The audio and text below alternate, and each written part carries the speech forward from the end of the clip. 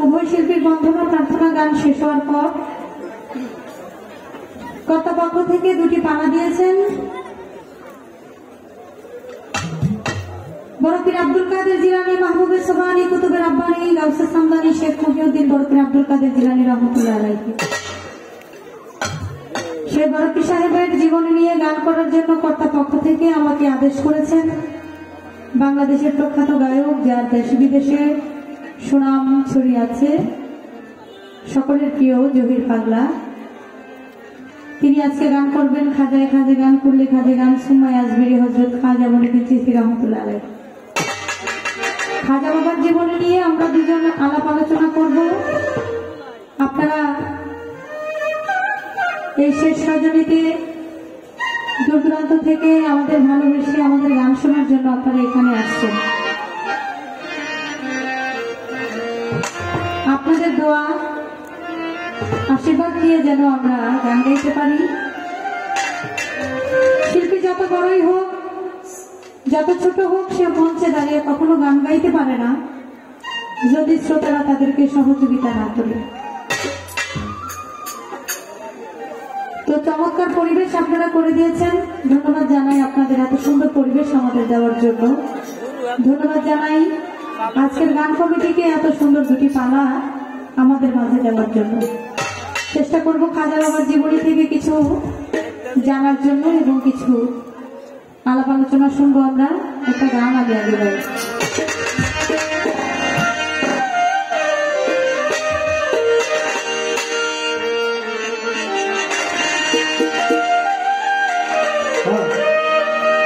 বড় পীর আব্দুল কাদের জিলানী, বড় পীর কুতুবে রাব্বানী, বড় পীর মাহবুবে সোবহানী, বড় পীর আব্দুল কাদের জিলানী, বড় পীর কুতুবে রাব্বানী, বড় পীর মাহবুবে সোবহানী, বড় পীর আব্দুল কাদের জিলানী, বড় পীর কুতুবে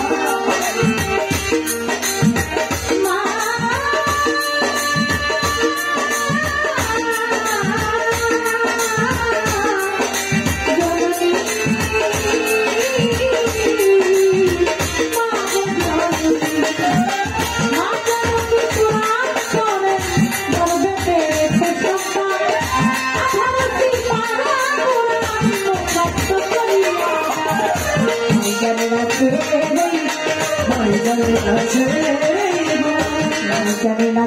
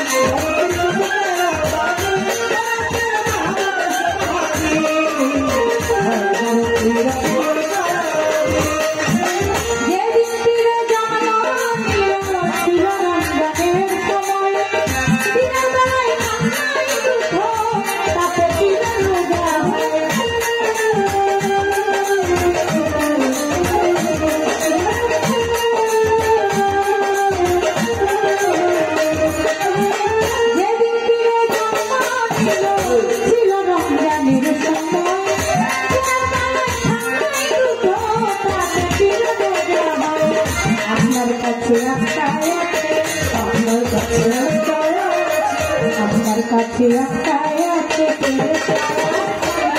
বড় পীর কুতুবে বড় পীর মাহবুবে সুবহানি বড় পীর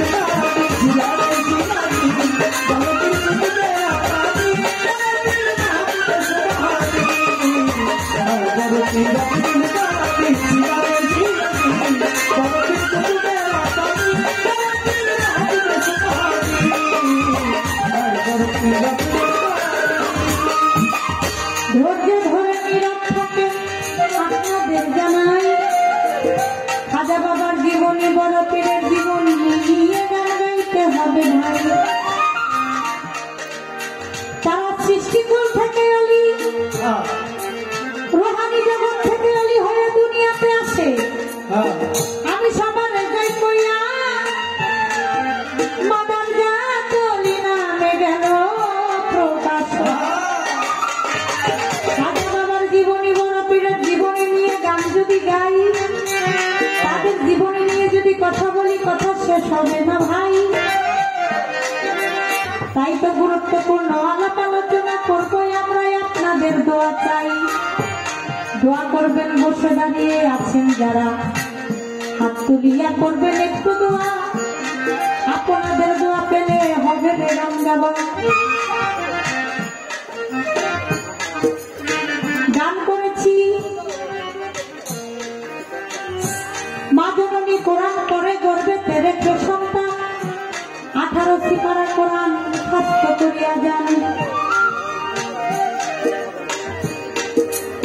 মায়ের সন্তান গর্বে রেখে কোরআন পড়ে, আর শয়তান সন্তান তার গর্বে থেকে কোরআন মুখস্থ করে। সুবহানাল্লাহ। তিনি একজন আল্লাহ নবী। বড় পীর পৃথিবীতে আসার আগেই মা জননী বুঝতে পেরেছিলেন যে তার গর্ভে যিনি, উনি একজন আল্লাহ নবী। কারণ বড় পীর আব্দুল কাদের জিলানী রহমতুল্লাহ আলাইহির যিনি মা, তিনিও একজন কামলিয়াতি ব্যক্তি ছিলেন। তার বাবা যে ছিলেন তিনিও একজন কামলিয়াতি ব্যক্তি ছিলেন। তাই গর্ভ থেকে কোরআন মুখস্থ করে বড় পীর আব্দুল কাদের জিলানীর মা যখন বিসমিল্লাহির রহমানির রহিম পরে সূরা ফাতিহা থেকে শুরু করে যখন 18 সিপারা কোরআন পর্যন্ত পর্যন্ত পড়েন তখনই মায়ের বুঝতে পারেন যে তার সন্তান দুনিয়াতে আসবে। সন্তান যখন গর্ভে থাকে একজন মা বুঝতে পারে যে তার সন্তানটা দুনিয়াতে আসার সময় হয়ে গেছে। আর বুঝতে পারে যারা মুরব্বী আছে, মুরব্বী মহিলা যারা আছে, মা, খালা, চাচি, নানি, এরকম মানুষ, তারা দেখেই, আগের দিনের মহিলারা দেখেই বলে করতো যে একটা সন্তান হওয়ার সময় হয়ে গেছে। এই আসতে ভাই, এটা বিচার গান, পালা গান।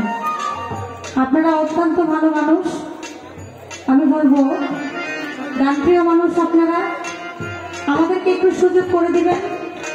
বেশি কথা বলবো না, অল্প কথার মধ্যে আমি যেন শেষ করতে পারি, সেই সুযোগটুকু আমাদেরকে করে দিবেন। ধন্যবাদ। তাই বড় পীর আব্দুল কাদের জিলানের জিলানি, যার কাছে রাখছে আল্লাহ মারফতের খনি, তিনি দুনিয়ায় আসে মা চিন্তা করে মনে মনে, ছেলে আমার একটু বড় হইছে, মক্তবে পাঠাই কেমনে। বাচ্চা কাছে একটু যখন 3-4 বছর বয়স হয়ে যায়, বাবা আমার মনের মধ্যে একটা চিন্তা ঢুকে যায় যে আমার সন্তানটাকে আমার মানুষ করতে হবে, একটা ভালো মাদ্রাসায় দিতে হবে, ভালো একটা স্কুলে দিতে হবে। এই আজকে আপনারা এই কোনার মধ্যে একটু ঝামেলা করতেছেন।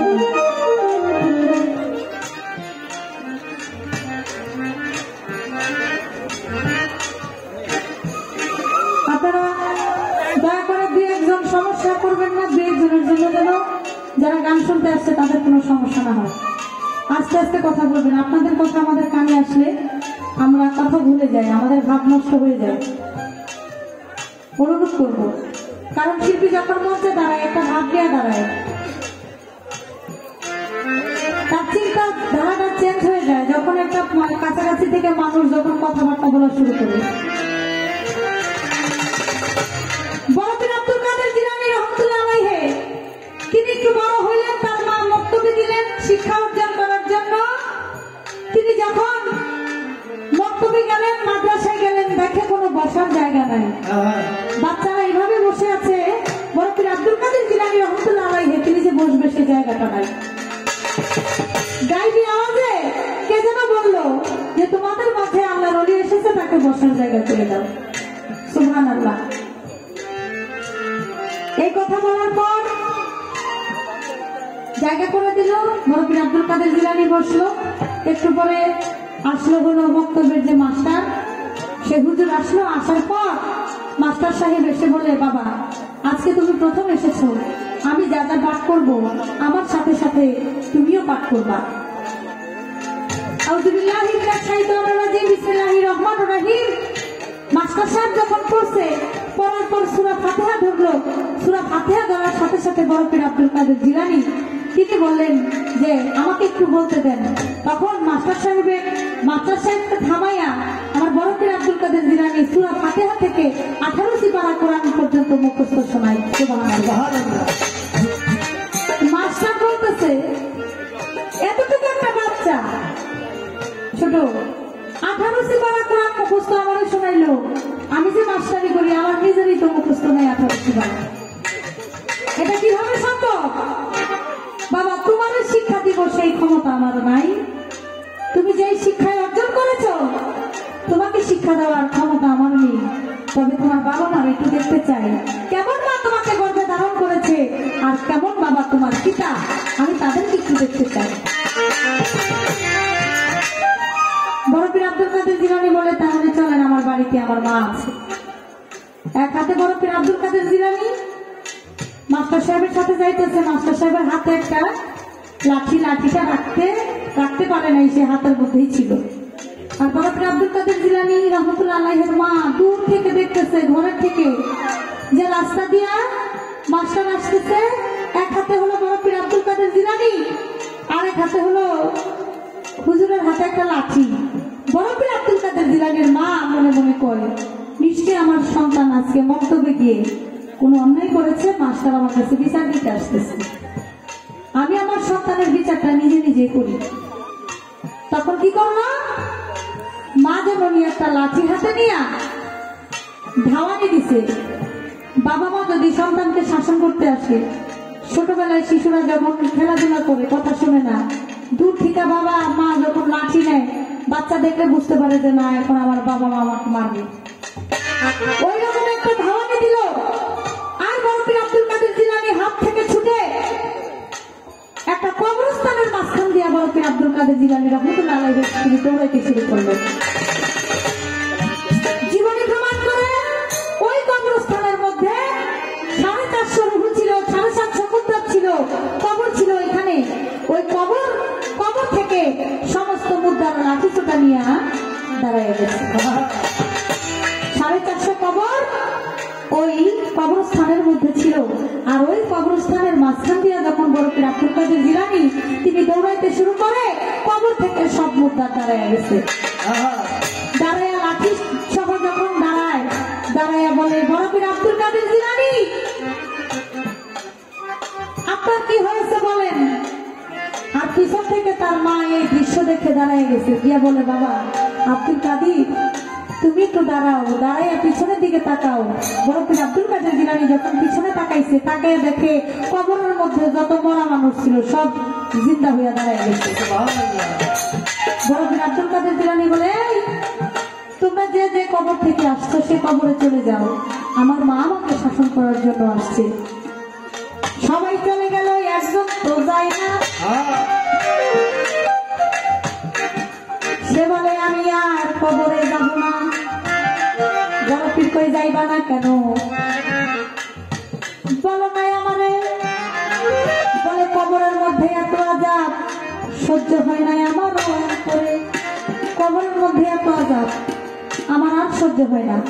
আপনার চরণের স্পর্শে যখন জীবিত হয়ে গেছি, তাহলে আমি আর মরতে চাই না। আপনি আমারে মুরিদ করেন, আমি কিয়ামত রাত পর্যন্ত বাইকা থাকতে চাই। বড় পীরে মুরিদ করলো, শেখ জামালিল্লাহ রাখলো তাহার নাম। বড় পীরে একটা কাজ দিয়েছিল, বলবো বর্তমান, বলেছিল এই পৃথিবী কিয়ামত হওয়ার আগে চতুর্থ আসমান থেকে ঈসা নবী আসবে দুনিয়ার ভিতরে।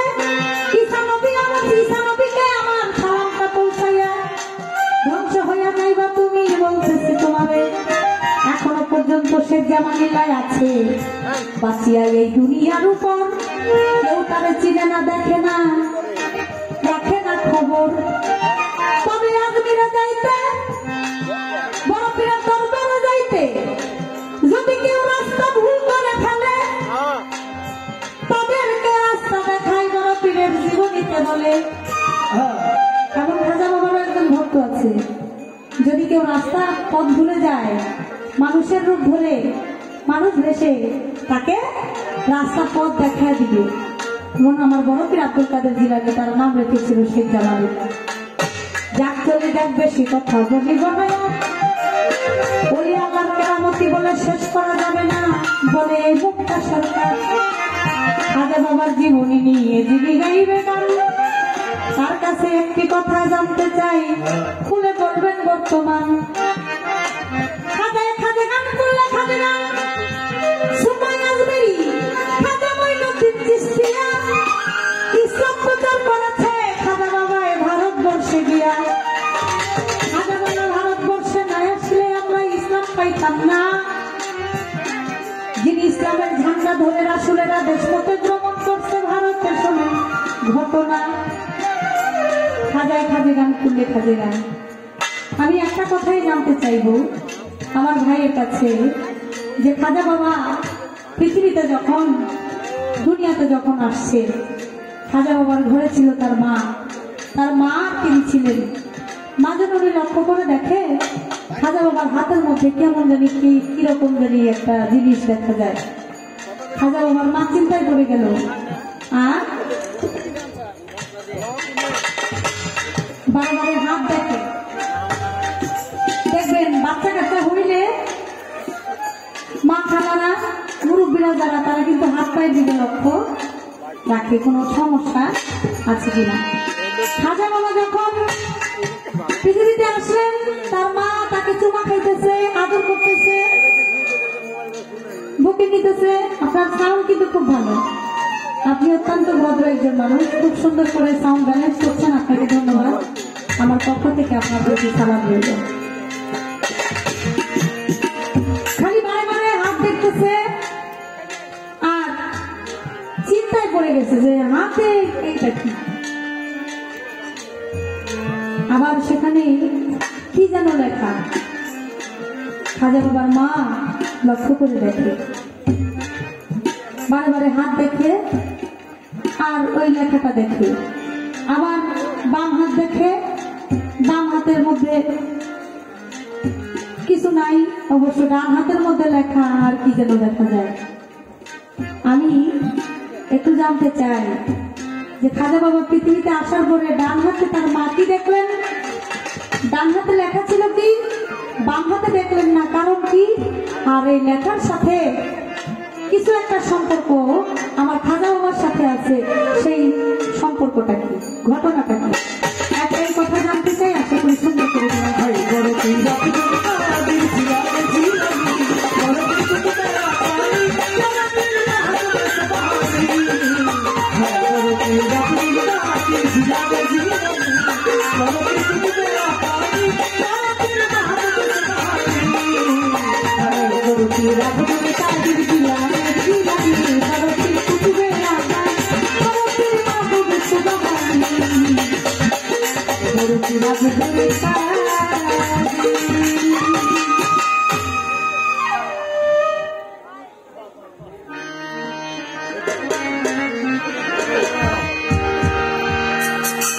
পালা থেকে একটি গান আমি করলাম, আমার আরেকটি গান থাকবে।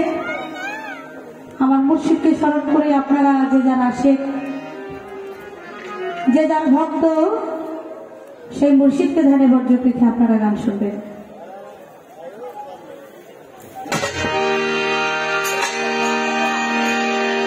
আমি তোমার নামে ভাসাইলাম